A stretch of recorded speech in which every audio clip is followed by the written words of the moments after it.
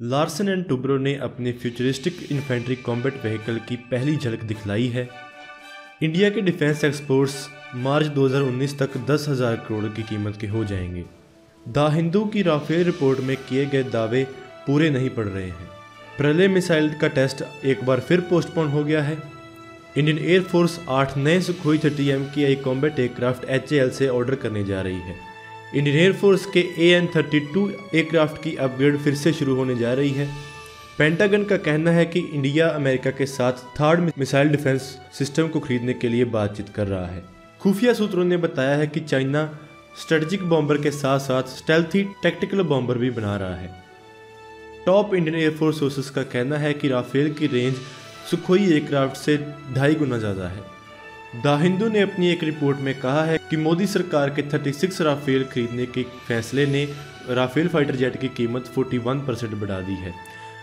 दोस्तों, आपका top defence news के इस बुलेटिन में स्वागत है। इस वीडियो को शुरू करने से पहले आप हमारी वीडियो को ज़रूर लाइक कर दें और हमारे चैनल को ज़रूर सब्सक्राइब करें। इन खबरों को विस्तार से जानने के लिए इस वीडियो को देखते रहें। तो चलिए शुरू करते हैं। Larsen and Toubro armoured systems ने उनके द्वारा developed futuristic infantry combat vehicle की पहली झलक दिखलाई है। इस व्हीकल को इंडिजिनसली डेवलप किया जा रहा है। ये एक इन्फेंट्री आर्मर्ड फाइटिंग व्हीकल है जो कि ageing Soviet era BMP-2 infantry combat vehicle को रिप्लेस करेंगे। $8 बिलियन की कीमत वाला ये प्रोजेक्ट इंडियन आर्मी के साथ सेवा में 1900 BMP series infantry combat vehicles को रिप्लेस करेगा, जिन्हें कि ऑर्डिनेंस फैक्ट्री बोर्ड ने लाइसेंस के अंडर मैन्युफैक्चर किया था। मेक इन इंडिया प्रोजेक्ट के अंदर Indian army 2600 futuristic infantry combat vehicle खरीदना चाहती है, जिसके लिए Tata Motors, Larsen and Toubro, Mahindra defence, Tata power SED, Reliance defence और ऑर्डिनेंस फैक्ट्री बोर्ड रेस में है। इस प्रोग्राम के विनर को उनकी टेक्नोलॉजीज एक पब्लिक सेक्टर कंपनी और 2 प्राइवेट सेक्टर कंपनीज के साथ शेयर करनी पड़ेंगी, ताकि जीतने वाले इन्फेंट्री कॉम्बैट व्हीकल के डिज़ाइन को लोकली प्रोड्यूस किया जा सके। वाइब्रेंट गुजरात समिट में ऑफिशियल्स ने कहा कि इंडिया 10,000 करोड़ की डिफेंस इक्विपमेंट एक्सपोर्ट्स को इस साल मार्च तक कंप्लीट कर लेगा। आज से 15 साल पहले चाइना आर्म्स और एम्यूनिशन का सबसे बड़ा इंपोर्टर था और अब वो हथियारों का 3rd लार्जेस्ट एक्सपोर्टर है। अभी इंडिया भी उन्हीं के राह में चल रहा है। 10,000 करोड़ के इनिशियल एक्सपोर्ट्स एक अच्छी शुरुआत है। आज से 3 साल पहले केवल 1500 करोड़ के ही एक्सपोर्ट हो रहे थे।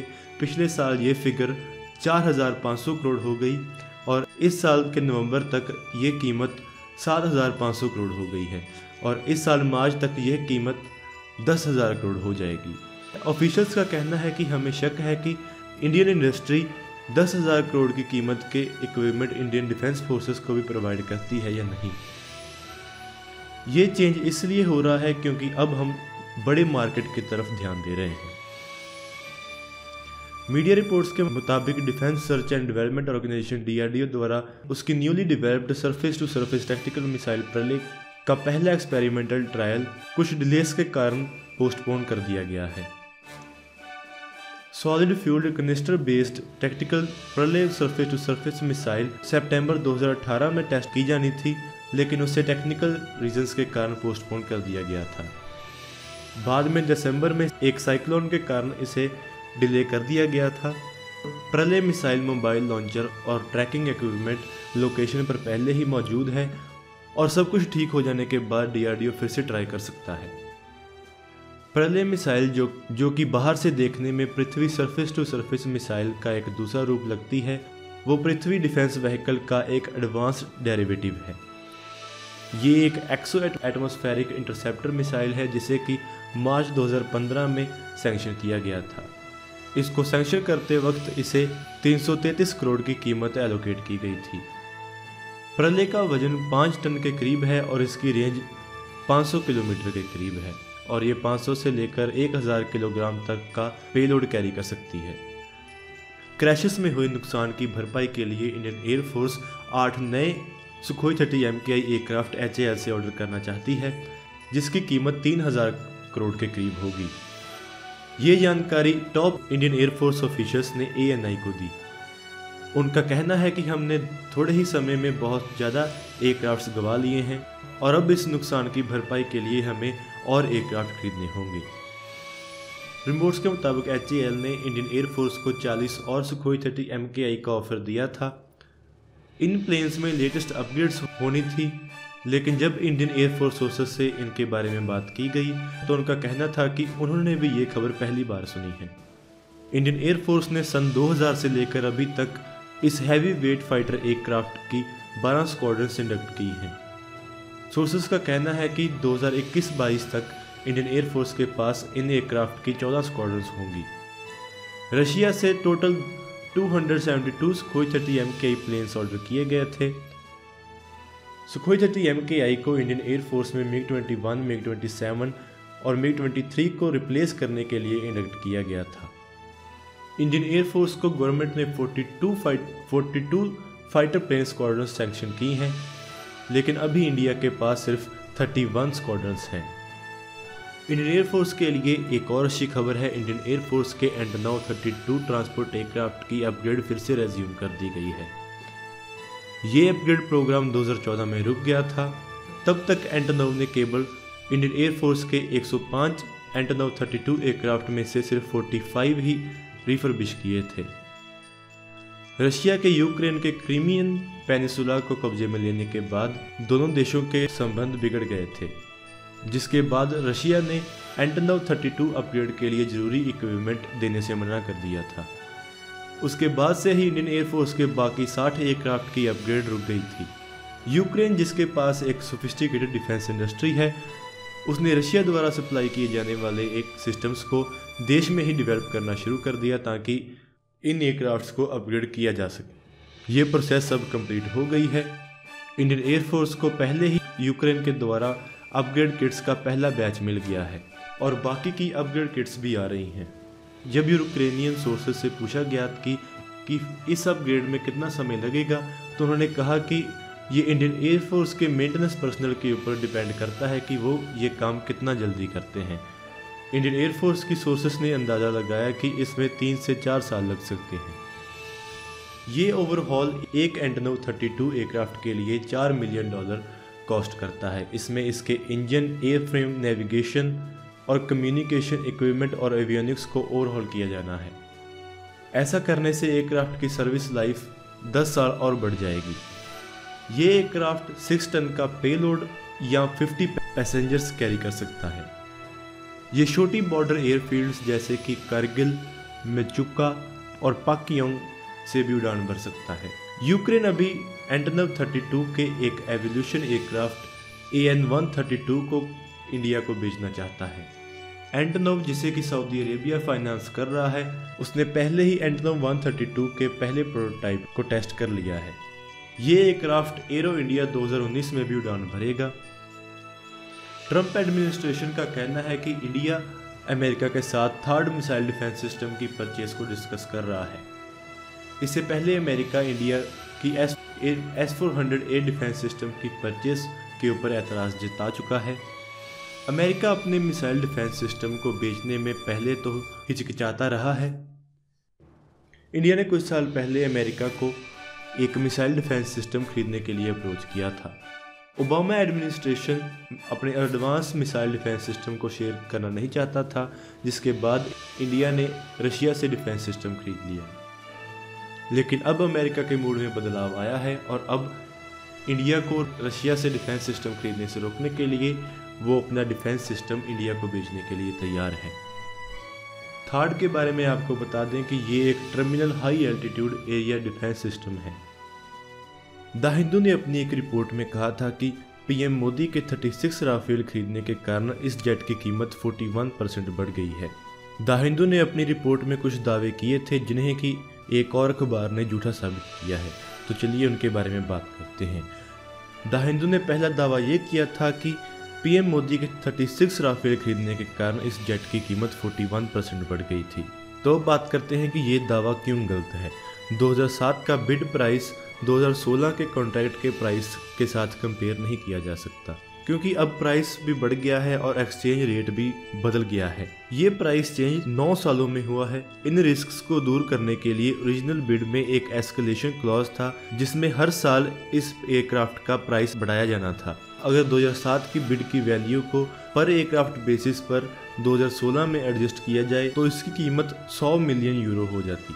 ये कीमत मोदी गवर्नमेंट द्वारा तय किए गए 91.7 मिलियन यूरो की कीमत से ज़्यादा थी, तो इसलिए गवर्नमेंट का 9% डिस्काउंट का क्लेम सही साबित होता है।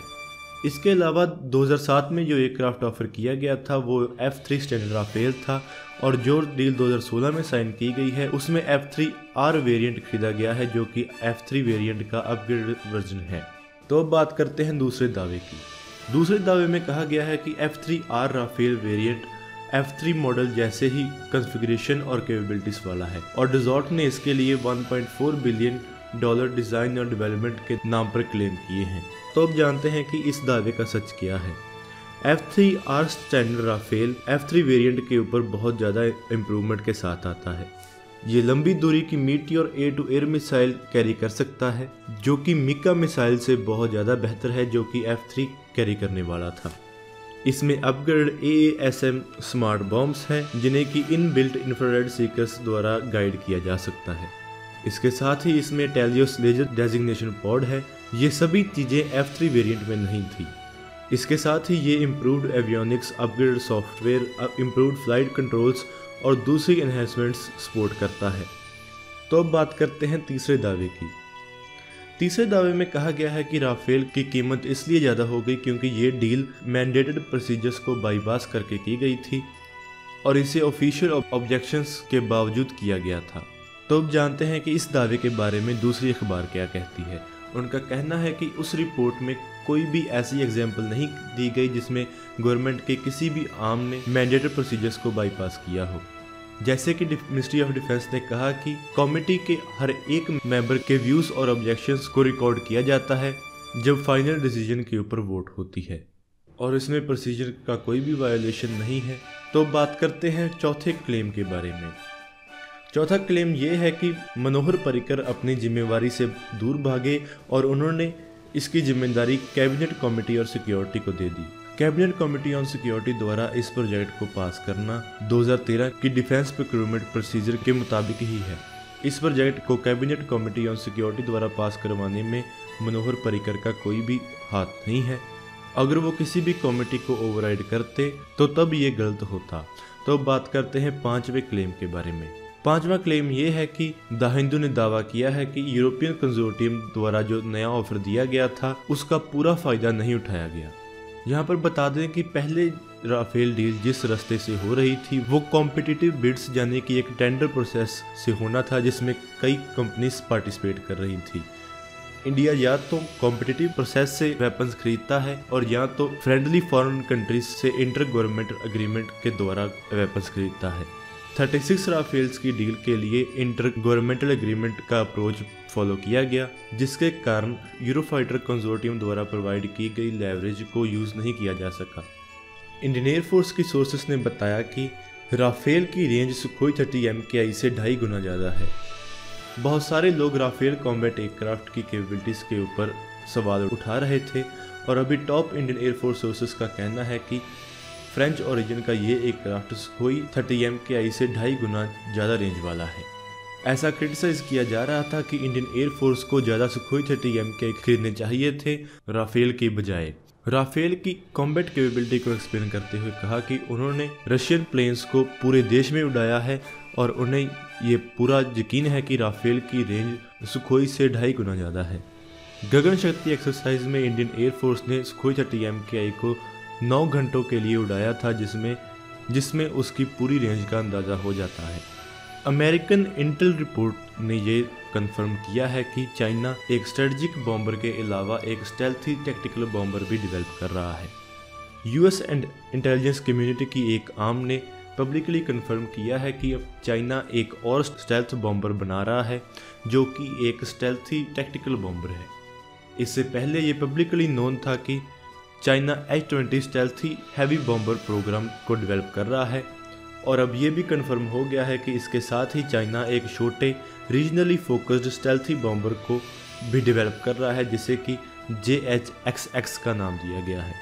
रिपोर्ट में कहा गया है कि पीपल्स लिबरेशन आर्मी एयरफोर्स एक नए मीडियम और लॉन्ग रेंज स्टेल्थ बॉम्बर को डेवलप कर रही है ताकि वो रीजनल और ग्लोबल टारगेट्स को स्ट्राइक कर सके। तो दोस्तों आज की इस वीडियो में इतना ही। Please like share and subscribe. अगर आपको ये वीडियो अच्छी लगे तो आप इसको जरूर लाइक और शेयर करें। थैंक्स फॉर वॉचिंग इस वीडियो। जय हिंद, वंदे मातरम।